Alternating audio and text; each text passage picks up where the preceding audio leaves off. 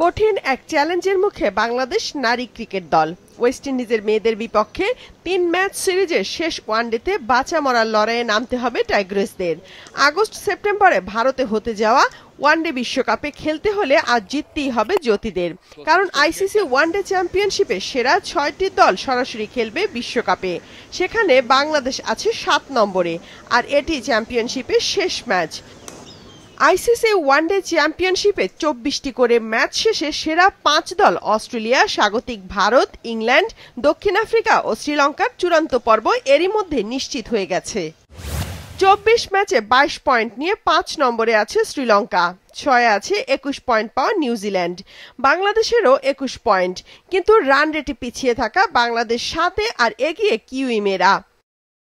West ইন্ডিজের বিপক্ষে তৃতীয় ওয়ানডেতে বাংলাদেশ জিতলে শ্রীলঙ্কা ও নিউজিল্যান্ডকে পেছনে ফেলে ৫ নম্বরে উঠবে বাংলাদেশ, সরাসরি খেলবে বিশ্বকাপে। বাদ পড়বে নিউজিল্যান্ড।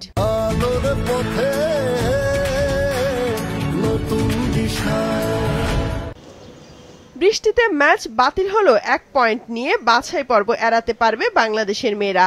সেন্ট কিটসে হতে যাওয়া এই ম্যাচে হালকা বৃষ্টির পূর্বাভাস রয়েছে, তবে তা ম্যাচ পণ্ড হওয়ার মতো নয়।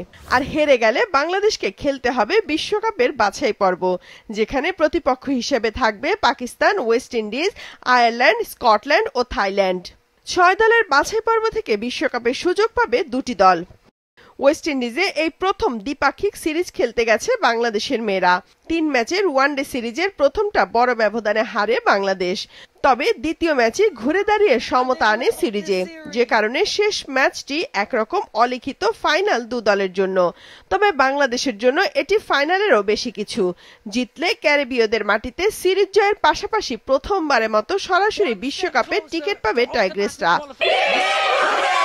আর জিততে হলে ব্যাটারদের দায়িত্ব নিয়ে খেলার তাগিদ দিয়েছেন অধিনায়ক জ্যোতি। বললেন ৫০ ওভারের ওই ম্যাচে স্পোর্টিং উইকেটে বড় স্কোর গড়তে না পারলে জয় পাওয়া কঠিন হবে। তবে তৃতীয় ওয়ানডেতে নামার আগে দলের সবাই প্রচন্ড আত্মবিশ্বাসী বলে জানিয়েছে টিম ম্যানেজমেন্ট।